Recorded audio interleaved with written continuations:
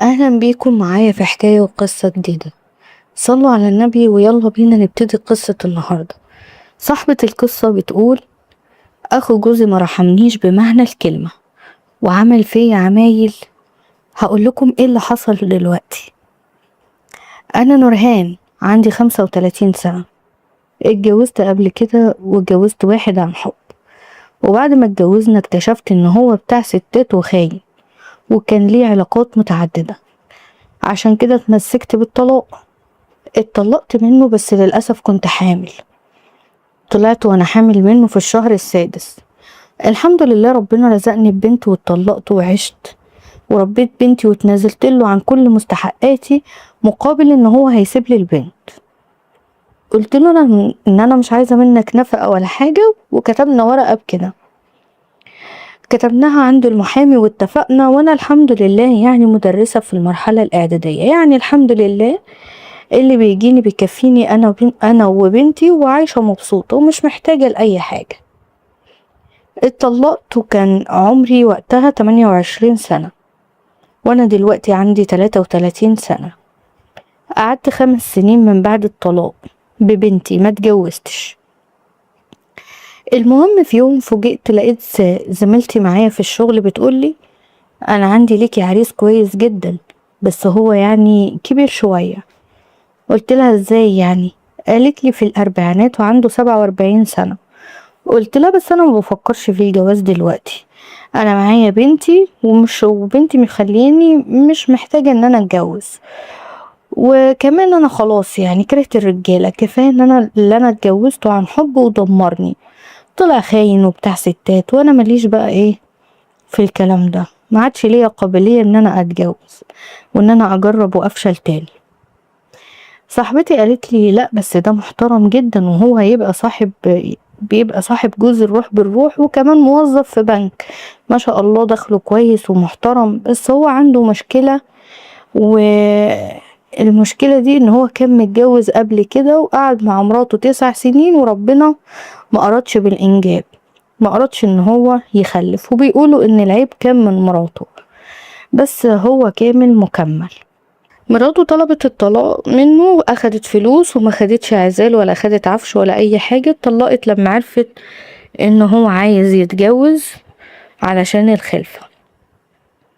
قالت له: خلاص انا مش عايزة اكون عقبة في حياتك وطلقني، بس اديلي فلوس، وانا كده مش عايزة عفش ولا عايزة اي حاجة، يعني كل حاجته عنده، مش هيكلفك خيط في ابرة، ومش هتجيبي ولا كوباية ولا طبق ولا تلاجة ولا غسالة ولا اي حاجة، هي شقته كاملة مكملة من كله، وكمان حالته المادية حلوة، ومجدد كمان الحاجات اللي عنده. المهم قلت لها: سيبيلي فرصة اكلم اهلي وافكر. وبعدين روحت من الشغل، فتحت بماما وبابا وكده، وقالوا لي: يا بنتي وايه المانع، على خيرة الله اتجوزيه، بدل ما تقعدي كده، انت برضه لسه صغيرة، عندك 33 سنة، ما انتيش كبيرة واتحرمتي من حياتك من بدري، لا لحقتي تفرحي ولا تتجوزي جوازة زي الناس ولا اي حاجة. طب يا بابا انا هعمل ايه في بنتي؟ قال لي: ملكيش دعوة بالبنت، البنت احنا كده كده اللي مربينها، إيه، واحنا كده، وانت كده كده اصلا موظفة ومدرسة وبتدي دروس وما انتيش قاعدة لها، احنا اللي بنشيل همها واحنا اللي بنربيها، وامك ما شاء الله مش مقصرة معاها في حاجة، فما تعمليش حجتك البنت، نسأل عليه ولو لقيناه كويس يجي يقابلنا ونفرح بيكي. المهم رديت على صاحبتي وقلت لها: طيب، انا كلمت اهلي وما عندهمش مشكلة، بس برضو ادالنا اسمه ومواصفاته وكلام من ده علشان بابا يسأل ويطمن هو واخواتي.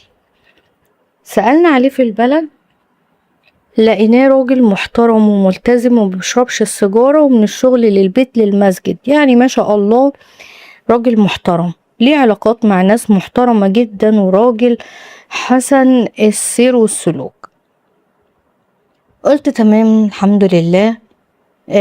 حصل ان لما اهلي سألوا عليه ولقوه كويس، قلت لصاحبتي: خليهم يجوا ويكلموا اهلي، الباب مفتوح لهم. والمهم جت هي مع جوزها ومع صاحبه ده، اللي هو صاحب جوزها اللي هو العريس. جم فعلا واتكلموا، والراجل طلع محترم جدا وشهم ومؤدب وملتزم وما شاء الله بيتكلم بحياء واحترام. قال لي بابا اللي انتم عايزينه يا عمي. قال له بس بابا برضو يعني رد عليه وقال له بس افهم يا ابني، بنتي معاها بنت وكانت متجوزة قبل كده ومعاها بنت، وقال له ما انا عارف كل حاجة عنها وسائل عليها وما عنديش مشكلة لو البنت حابة تعيش مع مامتها، انا هعملها زي بنتي بالظبط. انا بقالي 9 سنين وكنت متجوز ومحصلش نصيب، وعندي ميول ان انا ابقى اب، وبيتهيألي هي هتملى عليا البيت لغاية ما ربنا يعوض علينا بأخت أو أخ. بابا قال له لا يا ابني، ولا معاك ولا حاجة، بس اسمح لنا ان مامتها تجيلها خميس وجمعة تبات مع بنتها وتشبع من حضنها، وعيشوا حياتكم انتوا طبعا لسه هتبقوا عرسان جداد ومش عايزين نفرض عليكم البنت تعطل اموركم، وان شاء الله لما اموركم تبقى حلوة وتبقى معاكم عيل وتخلفوا مش مشكلة، ساعتها ممكن البنت تيجي وتروح تعيش مع اخواتها عادي. قال له خلاص يا عم زي ما انت شايف. وفعلا اتكتب كتابنا وجاب لي شبكة رمزية كده، وعملنا الفرح بعد كتب الكتاب بشهر. على ما انا استعديت يعني وجددت شوية حاجات من هدومي، وفعلا اتجوزنا. المصيبة بقى الكبيرة حصلت لما انا اتجوزت واللي كان اخوه بيعمله معايا. المهم لما انا اتجوزت بقى ودخلت البيت، هو دورين بيني وبين اخوه، باباهم ميت ومامتهم ميتة، والبيت كان بيت ورثة. هم اخين وبنت، خلصوا اختهم بالفلوس الورث، يعني كل واحد دفع من فلوس الورث جزء، وخلصوا اختهم وجوزوها. البيت اتصفى عليهم هما الاتنين، قسموه بينهم وبين بعض. انا في الدور الارضي والدور التاني لسيلفي. متجوز وما شاء الله مراته زي القمر ومعاه 3 عيال، يعني معاه ولد وبنتين، مخلف ومبسوط، وكان هو اصغر من جوزي. المهم من ساعة ما انا دخلت البيت وهو بيبصلي نظرة يعني مقززة، بيبصلي كده من فوق لتحت بصة بقرف. يجي نازل يرمي كده مناديل على السلم وانا بكنسه، ويشوفني ما يقوليش السلام عليكم. حسيت من ناحيته ان هو مش طايقني. والأسوأ من كده والكارثة الكبيرة ان انا لما كنت بروح شغلي وارجع الاقي جوزي وشه متغير، واقوله في ايه يقولي مفيش حاجة. انا بس عايز اعرف عقب السيجارة ده جه منين؟ انت بتدخلي حد بيتي سجاير؟ انت عارف ان انا ما بدخلش حد؟ هو انا اعرف حد؟ انت عارف ان انا يعني شغلي في بلد جنب البلد اللي انا متجوزة فيها، يعني بركب مواصلة لحد بيجيني ولا حد بيروح لي، ومين اصلا اللي هيجيلي هنا؟ قلت له انت عايز تقول ايه؟ انت عايز تقول ان انا بجيب رجالة وادخلهم هنا يشربوا سجاير؟ انت بتتكلم ازاي؟ قال لي انا لقيت سيجارتين مطفيين جنب شباك السرير جنب الكومودينو كده يعني. قلت له والله ما اعرف حاجة، انا ما اعرفش مين اللي شرب سجاير، يمكن انت بتشرب سجاير ولا حاجة. قال لي انا ما بشربش السيجارة ولا بطيق ريحتها. المهم لقيته بيعاملني يعني معاملة متغير معايا ومتغير عليا. قلت له والله ربنا يشهد ان انا ما اعرفش حاجة عن السجاير دي، لا يكون كانت قديمة. قال لي لا، السجاير دي لسه جديدة. المهم عديت الموضوع ورحت الشغل بتاعي، وكنا الصبح ورجعتنا تاني بعد اسبوع لقيت جوزي بيقولي لا، الموضوع ما عادش يتسكت عليه. انا مش كل مرة الاقي حاجات للرجالة، انت بتدخلي مين هنا؟ ما انا مش مربيكي على ايدي علشان اعرف عنك كل حاجة. قلت له في ايه تاني؟ قال لي خاتم الفضة ده مش بتاعي، الخاتم ده رجالي اللي جابه هنا، وانا لقيته على كرسي الصالون ومتداري في زاوية، انت بتدخلي رجالة من ورايا وبتخونيني. والمهم لقيته بيطول عليا وبيقولي احنا ما ننفعش مع بعض، شكلك كده ما انتيش مظبوطة، واللي طلقك علشان كده. قمت معيطة ومنهارة وقلت له الله يسهل لك، بعد الكلام ده كله كل واحد يروح لحاله، قسما بالله انا ما اعرف حاجة عن اللي انت بتقوله ده، وقمت حلفله على المصحف. المهم قال لي انا قرفت من الخيانة دي، خيانة وبالدليل. انت بتعملي ليه كده؟ هو انا مش مالي عينك؟ لو ما انا مش مالي عينك ما كنتيش اتجوزتيني. انا ما جبرتكيش ان انت تتجوزيني، ما كنتيش انت اتجوزتيني مادام انت عينك فارغة كده. وبقى يخاصمني وما بقاش ياكل من ايدي وبقى يبصلي على اني واحدة خاينة. المهم كبرت دماغي وقلت ايه، انا مش عارفة ايه إيه اللي بيحصل. طب انا بحكم ان انا موظفة وبطلع، طب يا ترى مين اللي بيعمل كده؟ هو مجنون مثلا عايز يرمي عليا بلوى؟ بقيت شاكة في جوزي ان هو مجنون وبيرمي عليا وبيجيب لي الحاجات دي وبيعملها علشان يرمي بلاء عليا. ان انا يعني خاينة وان انا ست سلوكي مش كويسة وبتلكك مثلا. فايه اللي جد عليه يعني؟ ما احنا كنا اول ما اتجوزنا اول شهر كنا حلوين. المهم كبرت دماغي، عيطت وقلت له ربنا يكشف الستر، يعني يكشف الحقيقة. المهم لقيته ايه بعد فترة من غير ما يقولي، لقيته بيقولي انا عايزك في موضوع. قلت له خير. قال لي انت ليك علاقة مع مين؟ قلت له انا ماليش علاقة مع اي حد. انت بتتكلم كده ليه؟ انت فاكر ان انا من الستات اللي هي شمال ولا ايه؟ قلت له طليقي ده اللي انت كل شويه تعايرني بيه انا اتطلقت منه علشان هو بتاع ستات، وعشان كده ما قبلتش اعيش مع واحد في القرف زي كده. قال لي شكله كده انت اللي سلوكك مش كويس وهو طلقك عشان انت اللي مش كويسه. قلت له انا مش هسكت على الاهانه دي، وانا هروح اشتكي لاهلي وورقتي توصل لي، وانا متنازلك عن كل حاجه، وانا اصلا كده من الاول ما كنتش عايزه اتجوز وشكلي اخترت غلط. قال لي يعني كده؟ قلت له اه. قال لي خلاص اللي تعمليه، بس انا هاخد حقي، اصل انت مش هتدخلي بيتي توسخي وتطلعي كده. قلت له اعمل اللي انت تعمله، ربنا شاهد على اللي انا بعمله. المهم لميت هدومي وحاجتي وبعدين قلت له ان انا هروح عند اهلي. هو ما دخلش اخوه ومحدش يعرف عننا حاجه، خلافنا كان بسيط من النوع الهادي محدش بيدخل فيه يعني. لان انا مش مختلطه مع سلفتي ولا اي حد ولا كنت بسمع بيها الناس. المهم جوزي جاب كاميرات وقال ان انا احاول اراجعها، عايز امسك عليها حاجه دليل. المهم جوزي فعلا انا رحت عند قرايبي وفوجئت لقيته اخر النهار جاي ياخدني وقايل لي تعالي ما ينفعش ان انت تمشي كده، انا اصلا مش ماسك عليكي دليل، وفي نفس الوقت نبدأ مع بعض صفحة جديدة. المهم رجعت معاه البيت وعادي. ماما قالت لي نلم الموضوع، يمكن هو شكاك شوية، حاولي ان انت تتجاهليه شوية او تتحملي شوية، يمكن هو لسه مش معشرك قوي ومش عارف عنك حاجة، فمش حاطط لك الثقة الكاملة. مع العشرة الراجل بيتغير. رجعت معاه ورجعت بهدومي وعادي وقمت بواجبات بيتي ورحت شغلي تاني يوم. راح هو جايب كاميرات. المهم جاب كاميرا وقعد بقى عايز يمسك عليا دليل بتاع الخيانة او الزنا بمعنى اصح. لما جاب كاميرا انا معرفش عنها اي حاجة، كان عامل كاميرا غرفة النوم وكاميرا في الصالة، ده اللي انا عرفته بعدين، وعامل كاميرا كمان مخفية كده صغيرة قدام باب الشقة. المهم ان انا رحت الشغل من هنا ولقيت نفسي تعبانة. انا كان مر على جوازنا في الفترة دي شهر ونص كده، لقيت نفسي دايخة وتعبانة. استأذنت من الشغل ورحت لقيت نفسي مش قادرة اخد نفسي. لقيت جوزي بيقول لي مالك؟ قلت له ان انا تعبانة جدا. قال لي تعالي اوديكي عند دكتور.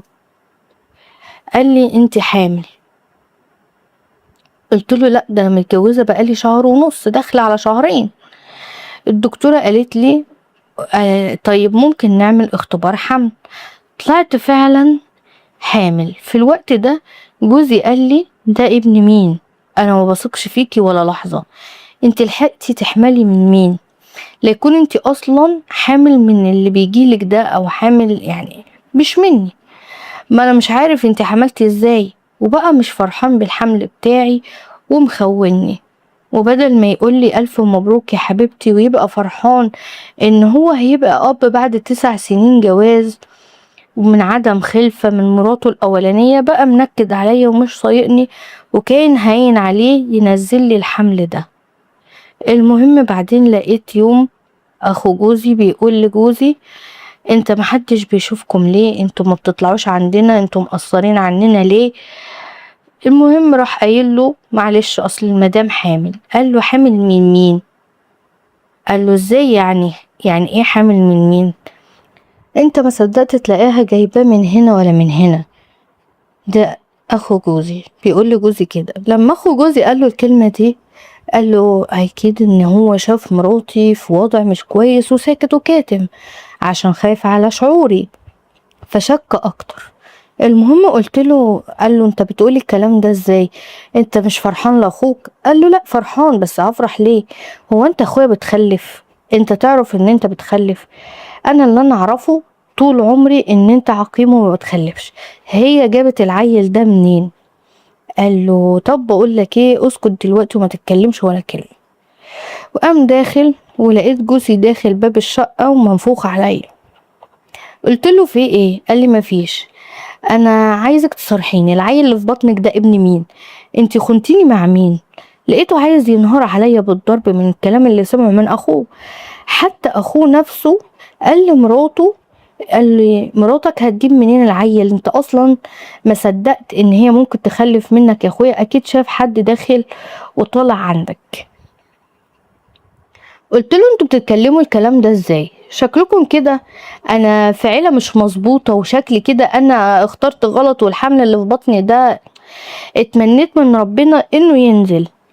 المهم قلت له بعدين نتكلم في الموضوع ده، وانا رحت شغلي.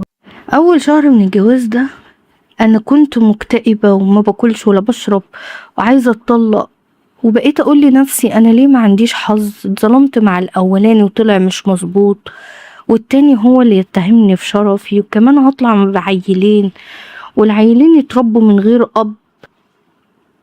وبقيت حاطه على نفسي وبعيط، بقيت اعيط وبقيت مكتئبه، وبقيت اقول يا رب لو رايد لي في الحمل ده خير يكمل، لو مش رايد لي فيه خير ينزل، عشان خاطر اطلع خفيفة كده. ويا ريتني كنت فضلت على بنتي وعشت لغاية ما في يوم رجعت بقى من الشغل وفوجئت ان جوزي جاي من الشغل وبعدين عمالة يبص راسي. قلت له في ايه؟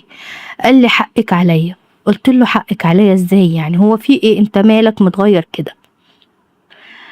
قال لي خلاص انا عرفت كل حاجة. عرفت كل حاجة يعني ايه؟ قال لي معلش بس حقك عليا وانا عايزك تسامحيني، وقعد يبص في ايدي ورجلي وراسي وحقك عليا انا فعلا يعني فهمتك غلط، وانا من حقي، وكنت قبل ما اتهمك باي حاجة اتأكدت. المهم ما قاليش اي حاجة. قلت له طيب في ايه بس احكي لي. قال لي مفيش، انتي اشرف واحدة عرفتها واحسن واحدة عرفتها.